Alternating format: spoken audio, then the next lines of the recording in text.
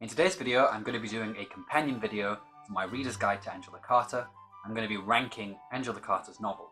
Before we get into the video, a couple of preliminary points. Firstly, when I do the ranking, I'm trying to base this off of my individual preferences for her books, mixed with some consideration of like the aesthetic merits of the books, and also with some consideration as to what the critics say and what other people say in reviews about the books. So these are the things that I'm taking into account when I rank these books. Lastly, I'd also say that I really do like Angela Carter's work, and I would say that pretty much all of the books here are worth your time. So even the ones that come to the bottom of the list, they're by no means bad books, and you should definitely check them out. With all of that blather out of the way though, let's get into the list. So in 10th place, we have Carter's 5th novel, Heroes and Villains. Heroes and Villains is a fantasy novel in which the world seems to have collapsed, and now it is divided into a group of people called the Professors, who live in this gated community, and the barbarous peoples who live outside of that area. And we follow a young girl called Marion, who is the daughter of one of the Professors, and she escapes the Professors and she goes to live with some of these barbarous people, and basically has a relationship with one of the men, and like the Magic Toyshop, it follows her kind of sexual odyssey, if you like. The reason why I put Heroes and Villains at the bottom of the pile is because, firstly, I think that as a fantasy book, it's just not as developed or interesting a world as the worlds that Carter will create later on. One of the things to bear in mind with Carter as a sci-fi fantasy writer is that oftentimes she's parodying sci-fi and fantasy, or it is usually used as a backdrop to convey some symbolic themes or meanings. And I just find that in this book, those meanings are a bit on the nose. They're not as interesting or complex as the symbolic meanings we get in later books. Another reason why this comes at the bottom of the pile for me is that the central plot, with Melanie having this kind of sexual odyssey, is very similar to the plot that we have in the Magic Toyshop. And given that that novel came first, this book does feel, to some extent, kind of derivative of that book, even if it is in the different fantasy context. Still, this book does have a couple of things to recommend it to a reader, especially in terms of Marianne, the protagonist. She is slightly different from Melody from the Magic Toyshop. I would argue she's a bit more morally complex. She does some pretty dodgy things in the book. So there are still some interesting things going on here, but ultimately, I just think it's a novel that's a bit derivative of Carter's earlier work, and also it's not as good as some of her later sci-fi fantasy stories. In 9th place, we have Carter's 4th novel, Love. Love is essentially a story about jealousy, mental illness, and abuse, and it centers on a love triangle between two brothers and one woman. It is also a very similar novel to Carter's first novel, Shadowdance. Now, it's because of this similarity with Shadowdance that Love ends up quite low down on the list. A big difference between Shadowdance and Love is that Shadowdance has a more campy side to it, a more gothic side, whereas Love is a bit more serious and straight in its delivery. In fact, I would say that of all of Carter's novels, this is probably the most realist that she gets, which isn't to say that it is gritty realism by any stretch, but it is certainly noticeably more realist than most of her other works. Again, like with Heroes and Villains, there are some things to recommend this book. I do think that the love triangle is a little bit stronger in this book, with the female character in the triangle this time having a little bit more space to be a developed and fleshed out character, whereas in Shadowdance, the female in the love triangle, Ghislaine, is more of a presence than a realised character. That being said, Shadowdance does just have a much better villain in Honeybuzzard. He's one of Carter's best villains and one of her best male characters, and for that reason, again, I just find Love to be somewhat a pale imitation of Shadowdance. It does do some interesting new things, it does tell a more ambiguous story, so there are important differences that make it worth reading, but ultimately, I just find it to be a little bit derivative of that other story, and for that reason, it's a bit less enjoyable. I guess overall, with Love, Carter just wanted to tell a more complex story, and I think she does do that, but at the same time, I just find Shadowdance to be more effective and more enjoyable as a story. In 8th place, we have Carter's 3rd novel, Several Perceptions. Several Perceptions tells the story of Joseph, who is essentially a parody of a 1960s free-loving, nihilistic guy who's looking to find meaning in his life. And it basically goes through the various hijinks he goes through in order to find that meaning. Now, Several Perceptions marks a big change in Carter's writing style. This is the first book where she really starts flexing her writing muscles. Her writing becomes a lot more surrealist and harder to follow. She also starts to develop a more verbose writing style that also at the same time maintains a lot of wit and a lot of humour throughout. Now, Several Perceptions is probably one of Carter's most fun novels because of that.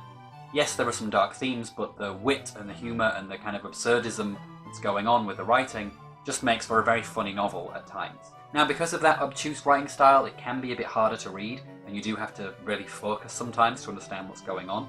But I do think if you persist, this is definitely a rewarding story. Ultimately though, the reason why this novel comes lower on the list is because, yet again, like with most of the novels that are coming low on this list, it sees Carter trying something and doing something interesting that she's going to do a lot better later on.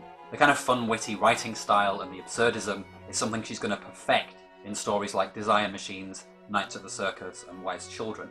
Here she's still experimenting, here she's still trying things out, and that does make for a very interesting story, but it doesn't make for ultimately a more effective one. The reason though why it does beat out the previous two books is because I do really like Joseph as a protagonist, and I think of Carter's male protagonist, he might actually be one of the better ones, if not the best one. But still, she doesn't write men as well as she writes women, so it's not enough to really pull this novel that further up. Okay, in 7th place we have one of Carter's most well-known books, The Magic Toyshop, which is her second novel. Now, The Magic Toyshop is quite well known, and I think part of that might be to do with the fact that it tells a very classic feminist tale, and it's also a book that gets on school syllabuses a lot, so I think it's probably just a book that's more in the public conscious for these reasons. That being said, it always surprises me that people think that this is one of Carter's best books, because while I do think it is a good book, and it does kind of give you the quintessential Carterisms, I think there are much better books in her catalogue that get overlooked. The Magic Toyshop tells the story of Melanie, a young, privileged girl who, after losing her parents at the very start of the novel, goes to live with her patriarchal, oppressive Uncle Philip, who runs a toy shop where he makes puppets, and he tries to force Melanie to conform to his very sexist standards, and she has to try and overcome that. Now, this book does have a wonderful Gothic atmosphere that's reminiscent of writers like Charles Dickens. It's also got some of Carter's quintessential symbolism and imagery, and Melanie, the protagonist, is definitely the Jane Eyre of that generation. Despite these good things, I do find that there are some significant drawbacks with this book. First of all, I just don't find Uncle Philip to be a compelling patriarchal villain. If you compare him to someone like Honeybuzzard from Shadowdance, who is another similar sort of villain, with Honeybuzzard he has a certain charm to him, a certain charisma to him, so it makes sense that he would have this power over others around him. Whereas Uncle Philip is so curmudgeonly and stuffy and grumpy and oppressive that you can't even really see him as being a convincing villain. Because why would these people have even been drawn to him in the first place? I also find him to just be a little bit one-dimensional as well. He is just the symbolic kind of stereotype of a patriarchal villain, without much else in terms of psychological complexity going on. I also find that some of Carter's symbolism and metaphors in this book are a bit off. Now, Carter isn't the most subtle writer, but what she does do very well is she creates very interesting and sometimes very funny metaphors and symbolic imagery. Whereas in this book, I just find these metaphors to be kind of trite and kind of obvious. We have Uncle Philip, patriarchal villain who is a puppet master. He makes puppets and performs with his puppets and makes Melanie perform in one of his shows. And also we have his wife, Margaret, who is an oppressed woman, and so she's silent and doesn't speak for most of the novel. You know, these things, I get what they're going for, but they're just not the most interesting metaphors or interesting symbols for the ideas that I think Carter is trying to get across. I also find that Carter's feminist ideology gets more complex and more interesting in later books as well. So for these reasons, I think that ultimately The Magic Toyshop is a little bit overrated for me in Carter's catalogue. But definitely still a book worth reading, and one that I would probably recommend to people who are interested in getting into Carter, because it's reasonably short, it hits most of the main beats of her writing style, and it's really not a bad book. Okay, now in 6th place, we have Carter's first novel, Shadowdance. Shadowdance is a 60s Gothic novel that tells the story of a destructive relationship between Honeybuzzard, who is a campy, enigmatic man, his friend Morris, who is a bit of a weakling who's drawn to Honeybuzzard because he's so charismatic and strong and powerful, and Ghislaine, who is a woman who had a relationship before the novel began with Honeybuzzard and also Morris. And basically the novel follows their relationship to its very twisted and gruesome end. Now, I do think that Shadowdance is one of Carter's most underrated, if not her most underrated novel. Now, it does sit in the middle of the road because it is her first book, and she hasn't really fully developed her expressive, sensual language yet, or her symbolism, and her complex writing style hasn't reached full fruition at this point. That being said, of all of Carter's earlier work, I do think that this is the first book where she is attempting to do something, and she fully succeeds in doing what she's going for. It also has Honeybuzzard, who, as I said when I was talking about The Magic Toyshop, is one of Carter's best patriarchal villains. He's enigmatic, he's campy, but he's also deadly, cruel, and sinister. And so it makes sense that the people around him would be drawn to him, and therefore drawn to their ultimate destruction. I would definitely recommend this book to someone who wants to get acquainted with Carter's work, because it is a bit more accessible in terms of the writing style, but at the same time I would say that because it's easier and more accessible, it doesn't really offer you an accurate representation of how she writes in general. But it's still definitely a very good story, and as I said, one of her most underrated novels. Okay, we're now on to the books that are in my top 5, and I would say that these 5 books are all essential Carter reading. The other books are worth reading as well, but if I was to recommend a book to start on, or a book that would be essential, it would always be one of these 5, depending on your reading preferences. So, bearing that in mind, in 5th place we have Carter's final novel, the 9th, Wise Children. Wise Children tells the stories of 2 theatrical families, the Hazards and the Chances, and we get this story told to us through the perspective of one of 2 identical twins, Nora and Dora Chance. This is without doubt one of Carter's most comic and life-affirming books. Yeah, there is still darkness in places, but ultimately our characters are able to get through that darkness, to not let it corrupt them in the ways that maybe other protagonists do. And ultimately, this is a book that celebrates life, great literature, and especially the theatre and Shakespeare, with the book itself mimicking a 5-act play. It also has a lot of theatrical and especially Shakespearean references just littered all throughout it. I do think that this is one of Carter's best books, but the reason why it comes at the bottom of the better books with Carter is that I do think it's not as ambitious as some of those other works. Nor is it as groundbreaking in terms of the way that Carter plays around with the conventions of other genres of writing, whether that's fantasy, sci-fi, Gothic, literature, or even postmodern literature. Still, it's an enjoyable read and a wonderful send-off and final novel to a brilliant writer and a brilliant writing career, so it's definitely worth reading. If you want to see Carter at her most lighthearted, then I would definitely recommend beginning with Wise Children.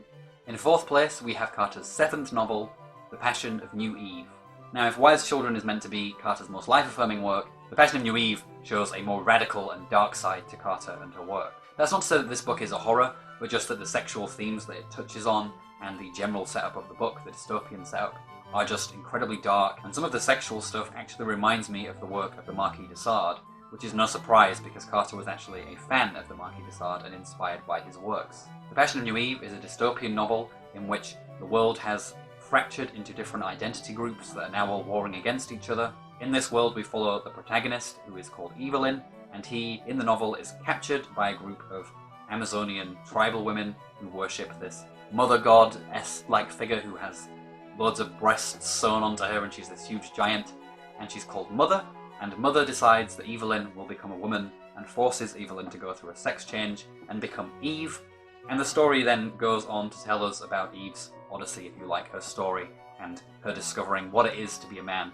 and what it is to be a woman.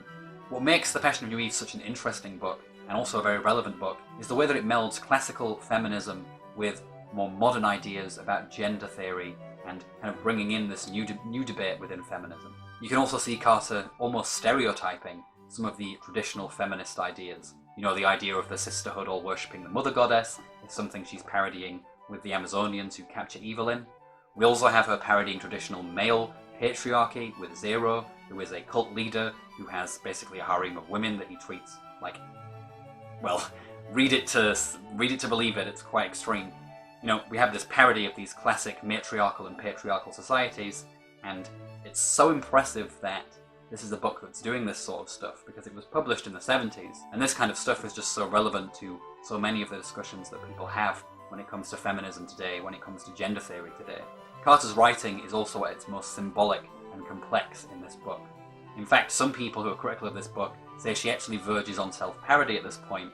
I don't think that's quite true.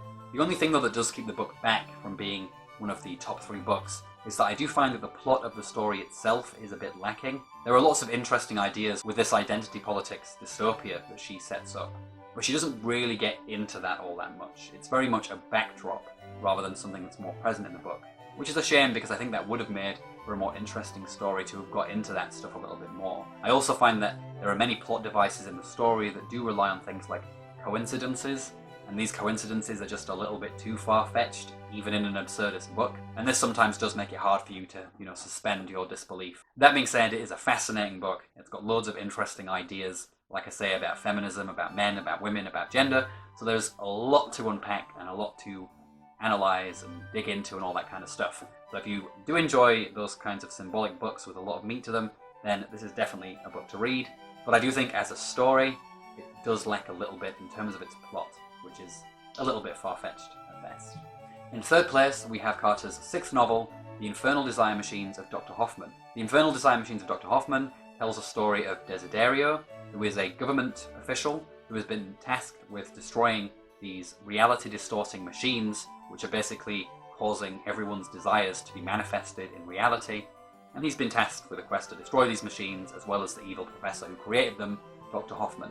Now, if I was just going off my personal preferences, I might put this one at the top. But since I'm trying to consider other things, I am going to hold back a little bit. Now, this is probably, of all of Carter's work, her most difficult.